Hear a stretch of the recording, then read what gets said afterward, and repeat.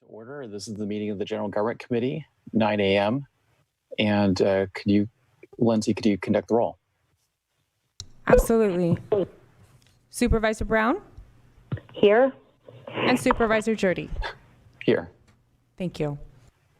Okay. On the chair script, do we do pledge allegiance on committee meetings? Yes, we do. Okay, great. All right, well, I'll just lead us in the pledge. I pledge allegiance to the flag of the United States of America, to the republic for which it stands, one nation, under God, indivisible, liberty and justice for all. Okay, now we're going to, in order to speak by telecomment, one must speaker form online before 8 a.m. before the meeting. The link is on the posted agenda. And Lindsay, do we have any members of the public who wished to speak by telecomment for non-agenda items? No, not today. Okay. Okay, then the next thing is primary item on the agenda today is 2A, which is discussion and possible action, including review of all countywide contracts, beginning with the sheriff coroner contracts. And I believe we have Sheriff Kendall, under Sheriff Darren Brewster, Sheriff Business Services Officer Chris Dewey, Deputy CEO Janelle Rao, Deputy CEO Darcy Andel. Is everyone online? Yes, it appears so. Okay, so I'm not sure who we're going to start with on this. Maybe I don't know if either Janelle or Darcy just wants to talk about the overall review of all the contracts in the county and how we're trying to proceed with that first. Good morning, Janelle Rao, Deputy CEO. I can just give a real quick intro.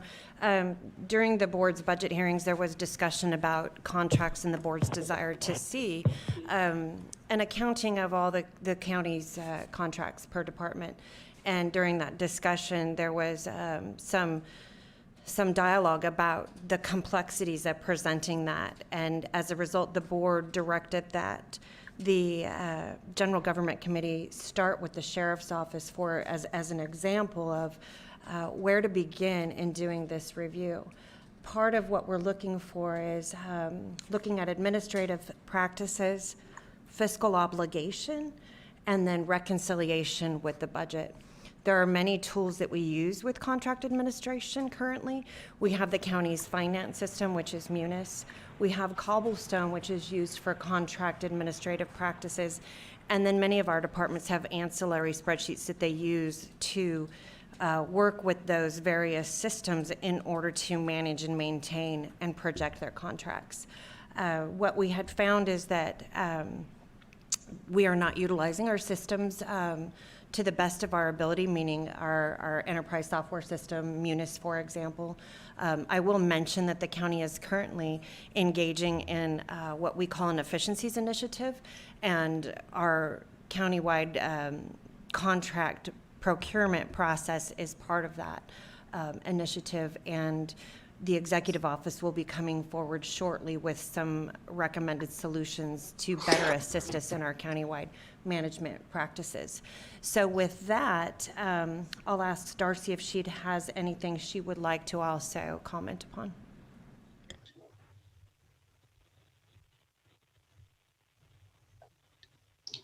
Darcy Andel, Deputy CEO. No, not at this time. I think, Janelle, you covered that quite well. And again, I just want to reiterate, it's a learning process for us all to better understand the current systems that are in place and how to improve this moving forward. So I look forward to hearing from the Sheriff's Office. Okay, and just maybe for clarification, so when you say systems, I assume part of that's, like the computer systems where information is tracked and contracts are tracked. So. Correct. That's our Munis system, which is, where we pay our bills out, our accounts payable. And then also our Cobblestone, which is contract management, but it's only contract management, no fiscal component. So we have two systems we're trying to line up together, as well as the offices and the departments have their own spreadsheets. So it's basically 3 things we're trying to pull together and line up and then do some work. We only have the auditor's office that currently has access to the contract module. So working with client first, we'll be looking in and taking a deeper dive into that contract module that's in Munis and be able to hopefully utilize it fuller to its capacity. Okay, and that's the company that the county's paying to help us upgrade the software system and train us on how to best use the system.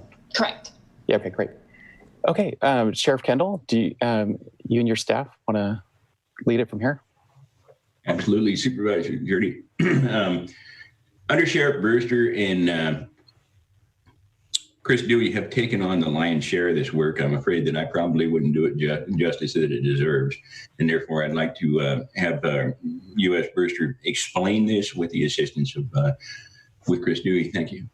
All right, thank you. Hello, board members. Thank you for letting me speak today, and also to CEO Angelo. Regarding our contracts, the Sheriff's Office committed and assisting the Board of Supervisors, the CEO's office in reducing as much as possible to assist in this uncertainty of financial times for the county. The CEO's office asked us to assist in reducing our contracts by 5% about a month and a half ago. What we did, and if this slide can come up, it's the MCSO 2021 General Fund contract obligations. If it can come up, it'll show that our total contracts before reduction for this year was at $1,856,605.73.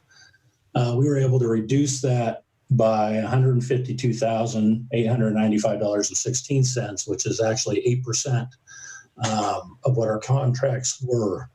The other thing the board needs to understand is with our contracts, we have multiple contracts that are not general fund contracts. We have inmate services contracts, and we have grants that are given to our office every year, which help in the reduction of costs for those grants.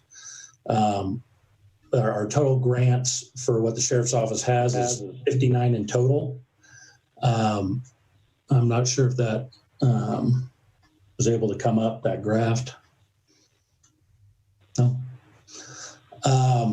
But to talk more about this, I'm going to turn that over. That's just an overview. I'm going to turn it over to Chris Dewey and Milan to where they can go over in more detail all the reductions in contracts and the contracts that we have.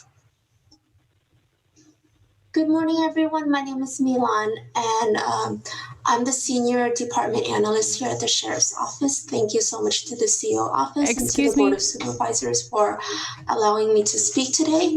I just want to be clear, am I the person in charge of sharing the screen, or will it be the clerk of board? Excuse me, would you please repeat your full name for the record? My name is Milan Dolwin, and I'm the Senior Department Analyst here at the Sheriff's Office. Thank you. Okay. And I would like to repeat my question. Should I be sharing my screen for the slides that Under Sheriff Brewster was referring to, or will it be the clerk of board? You may. Clerk of the board does not share slides, so go ahead and share your screen as long as we have all that you're sharing on the record already. Yes. Thank you. So, can everyone see the slides? It's appearing on my screen. Yes. Thank you. Yes. Perfect. So, the first slide shows our general fund contract obligations before and after the reduction. And this reduction is in response to the executive memo issued, I believe, on May 15th, calling for all departments to go over, review their contracts, as well as make reductions where possible. And as you can see here in the before reduction column, we have $1,856,605.73, and this was our general fund contract obligations before the reduction, the 8% reduction, and this number was calculated by taking our after reduction amount, which is $1,703,710.57 plus the amount that we've reduced, which as Undersheriff Brewster mentioned was $152,000, and that equals to an 8% reduction. Now in slide 2, we have a breakdown of the after reduction amount, and it is broken down here by budget unit and then by contract type. The contract types, we have divided it into 2 categories. Reimbursable contracts are reimbursable contracts and regular contracts. Reimbursable contracts are those contracts that the sheriff's office get money back, and the regular contracts are just contracts that are coming out of general fund or other budget units that we do not get the money back for. And the picture, the number that I want to highlight is the line at the very bottom that says general fund obligations. And this general fund obligations was calculated by using the contract dollars minus the grant dollars that we receive, which equals to $1,703,710.57. Milan? Yes? This is Darcy Antle, Deputy CEO. Which of these contains the NAFCARE contract? I would have to look at the my detail slides. Can you give me just 1 second for that? Sure. Thank you. So I could answer that question. It's all of our NAFCARE is in the 2510 series. What's the number? Budget unit 2510. Is it under medical and dental? Yeah. Like on your line item that you budget, 862185. Yes, that's it. So here you budgeted $4 million, and here you're only accounting for 1.4.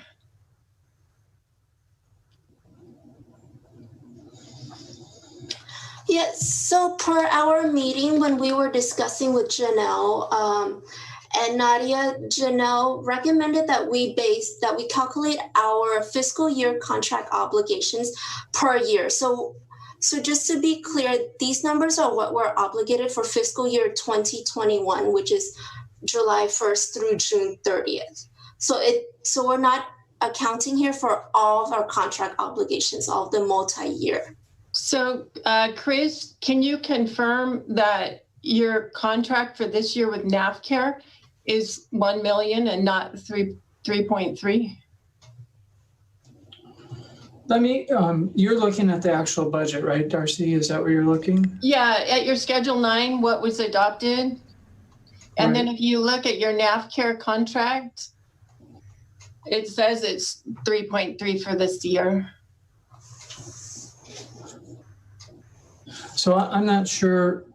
Yeah, I see the exact same thing, and I'm not sure where the carryovers over to our spreadsheets. Give me a couple. Can we come back to that? Give me a couple minutes to look through that. Yeah, of course. Sure. Let's go to something else. Yeah.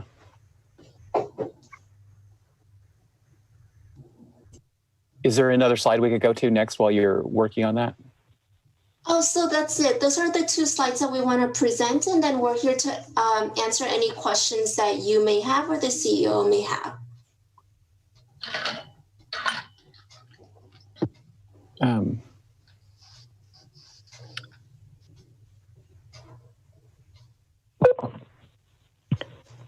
Supervisor Brown, do you have a question or comment? Thank you, Supervisor Jurdy. And I am at a disadvantage because of my broadband, so I did not have the slides.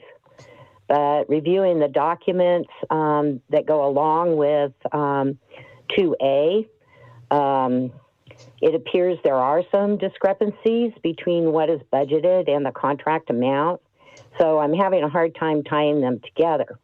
So you asked me what I mean. Well, you just talked about an example would be the NAPCare contract. It is listed on the spreadsheet as approximately, we heard, I assumed 1.7, but I heard 1.4 in the 862185 line item. Yet in the budget, there's $4 million, and as was just stated, historically, NAPCare alone is over $3 million. I think it was stated 3.3. Then another example in the jail budget line item 862189. There is budgeted 10K, yet in the spreadsheet that in that line item, it shows approximately 344K as a physical obligation. So this appears to be a contractual obligation well in excess of what has been budgeted. Also, historically, I believe, and in department practices, all professional contracts should be budgeted in line item 862289. However, the sheriff and jail appear to have the contracts in many areas, which all, that really creates a lack of transparency and problems with reconciling. I think there's maybe a better way to manage all these various contracts so that reporting and monitoring is more efficient. And then the final example I'd like to give is in sheriff, line item 862210. There's a total obligation listed in the spreadsheet as 72K, yet there is only 30K budgeted. So these examples identify that we need to reconcile the obligation to the budget. And I might also add that there are laws that govern, any overextending the contractual obligation with what the funding availability is.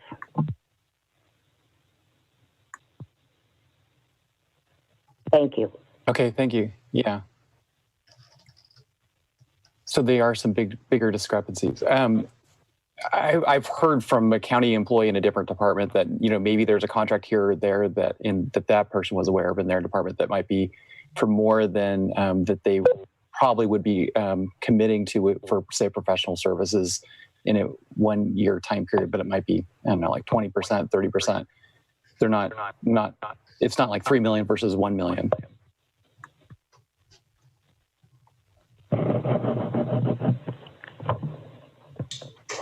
Were you able to identify why the budget showed a different figure, Chris?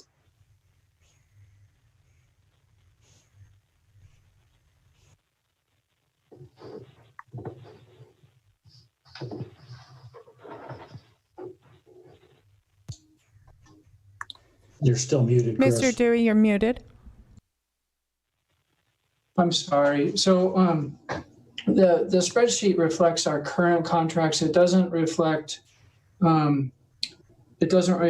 So we might have part of the NAFCare costs not reflected accurately here. I'll need to go back and check a little bit further. I was just looking at our actual detail sheet on that to do that. And I apologize. I missed Carrie's discrepancies while I was researching NAFCare. Our total for NAFCare for the year is $3 million. And I need to go back and find out where we missed a place on that. That's going to take a little bit more work for me.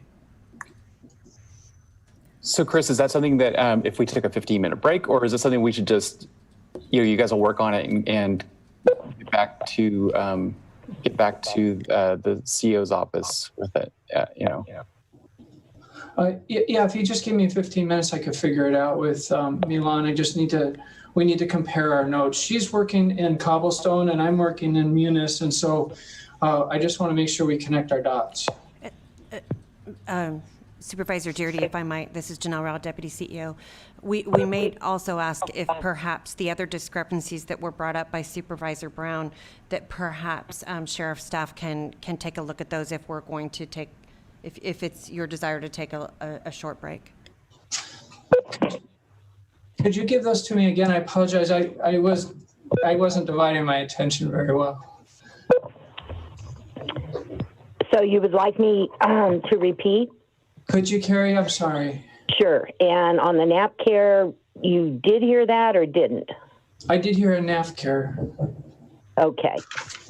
So the other example, another example, so is in the jail budget line item, 862-189, and there is budgeted 10K, yet in the spreadsheet in that line item, it shows approximately 344K as a fiscal obligation. So I commented that this appears to be a contractual obligation well in excess of what has been budgeted. And I also went on about historically and department practices. All professional contracts should be budgeted in line item 862-289. But the sheriff and jail appear to have contracts in many areas, which also creates, and this is important to me and also to the public, it creates a lack of transparency and problems with reconciling. So, I think there may be a better way to manage the various contracts so that your reporting and the monitoring is more efficient. The final example I gave was in Sheriff line item 862210. There's a total obligation listed in the spreadsheet as 72K, yet there is only 30K budgeted. So these are just some of the examples, that I wanted to bring out. And I think we need to reconcile the obligation to the budget, because there's laws that govern overextending the contractual obligations with what the funding availability is. And I don't think we want to get caught up in that.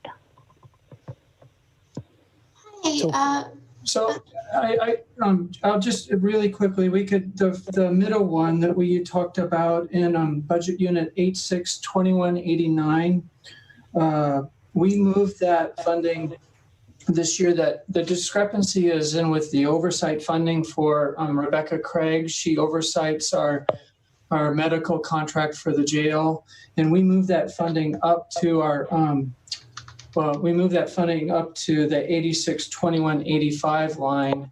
That's part of Carrie, what you're talking about is all of our professional services, all of our contracts are spread among a number of budget units, and that's historically how it's been done. What's difficult is if we move it all to one place now, it's hard to compare costs for this year compared to a 3-year trend, the last 3 years. And so I've been fighting really to keep our funding where it is in the multiple budget units so that we can compare our costs for this coming year to what we have historically paid. Sometimes, especially with like autopsy services or other big contracts that we have, those vary from year to year. But if you look at a 3-year trend, you get enough information that we're able to budget for. If we move it all to one place, as you suggested, the difficulty is then comparing it back to the 3-year trends. And so that was part of what our difficulty is in comparing these contracts and working through them.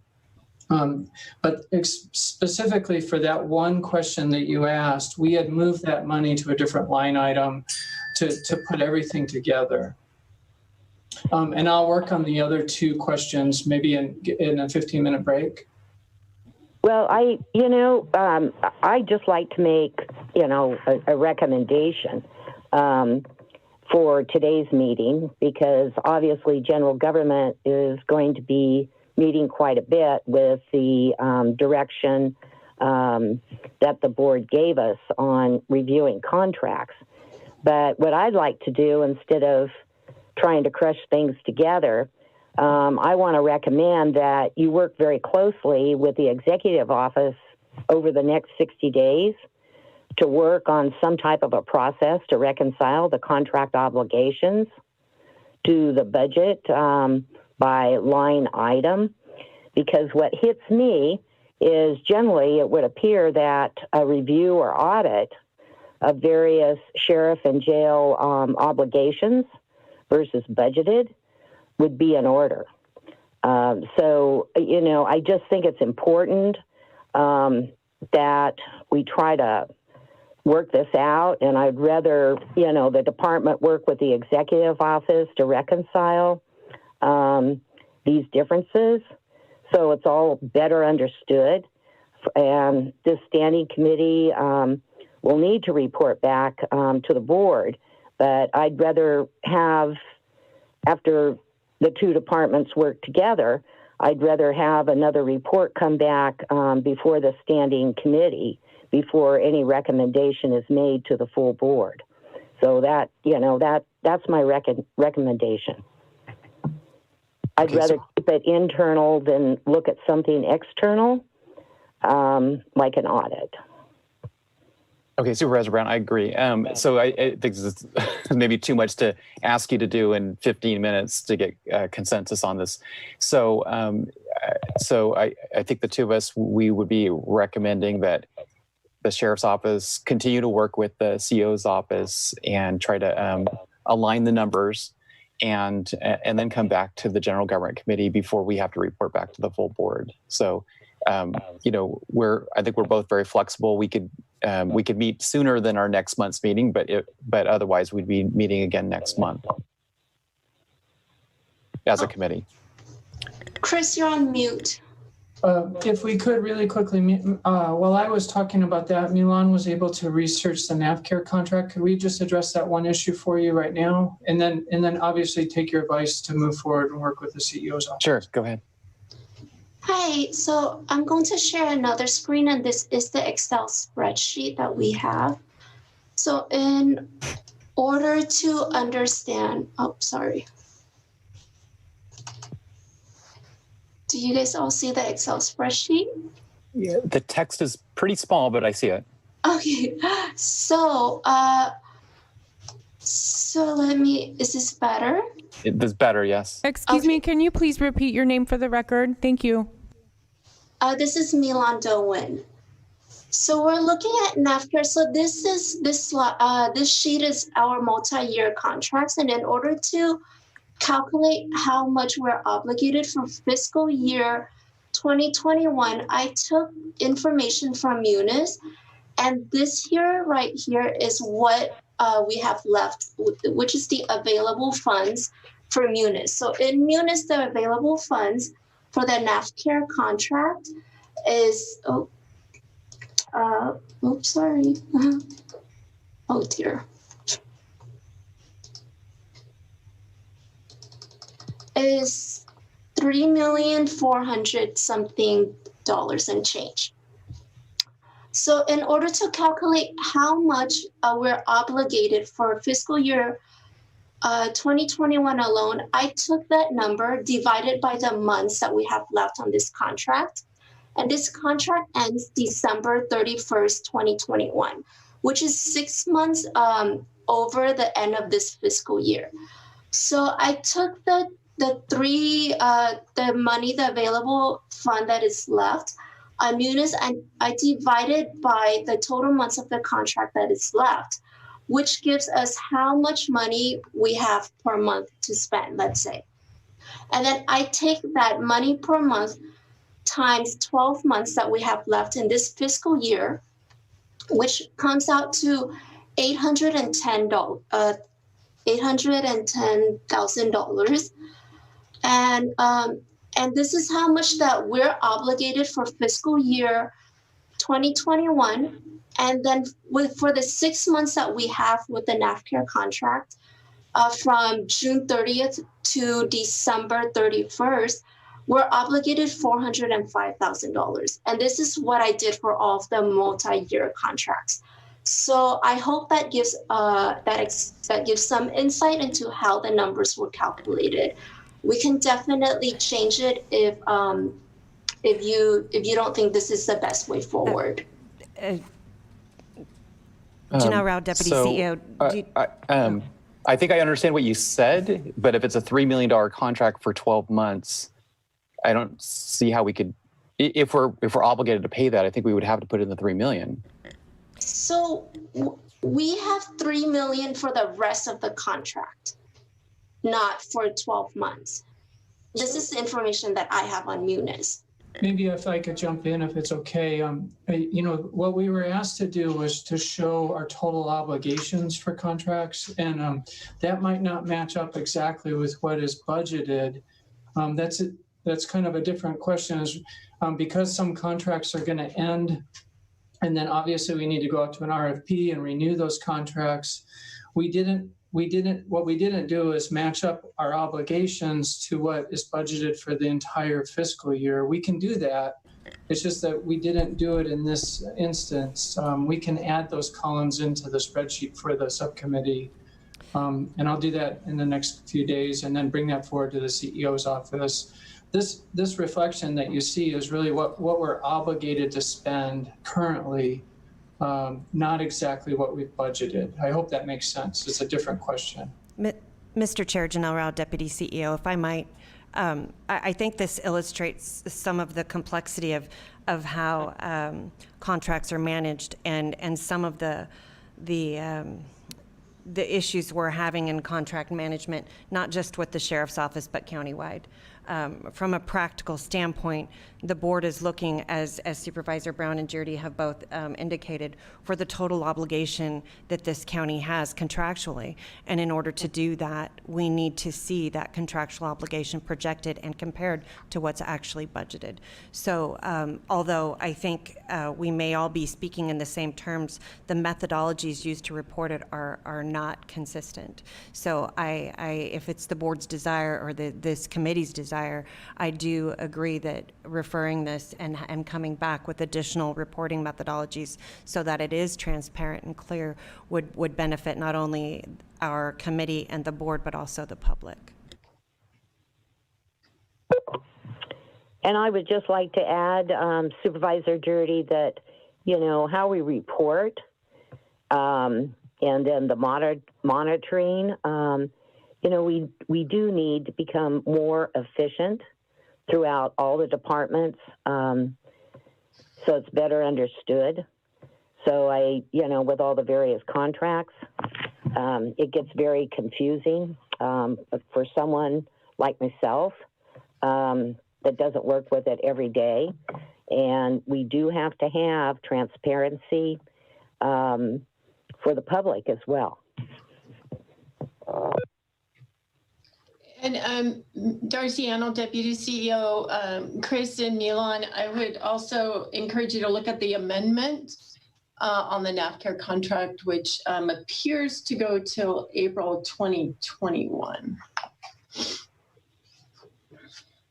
Okay, all right. Well, there's a lot to do there. And so appreciate everybody's flexibility in working on this. And so the committee is requesting that the Sheriff's Office continue to work with the CEO's office and get the numbers aligned.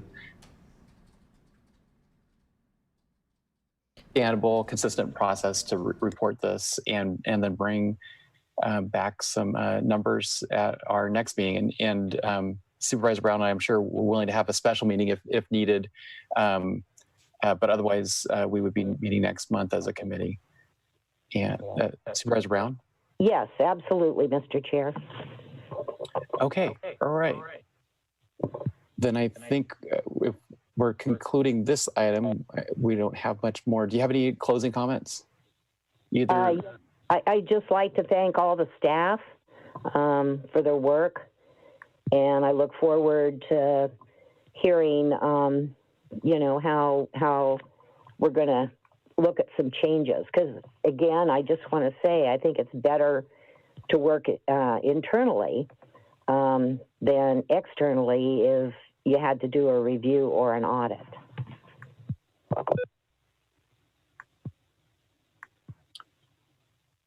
Okay, all right. if we're concluding that item, unless we have any additional comments from the Sheriff's Office, we'll conclude that item and we'll move on to, well, do we have any, I guess I asked the clerk of the board, do we have any public comments on this agenda item? No, we do not. Okay. Then I think we're ready to adjourn. Okay, thank you. And thank you, staff. Thank you.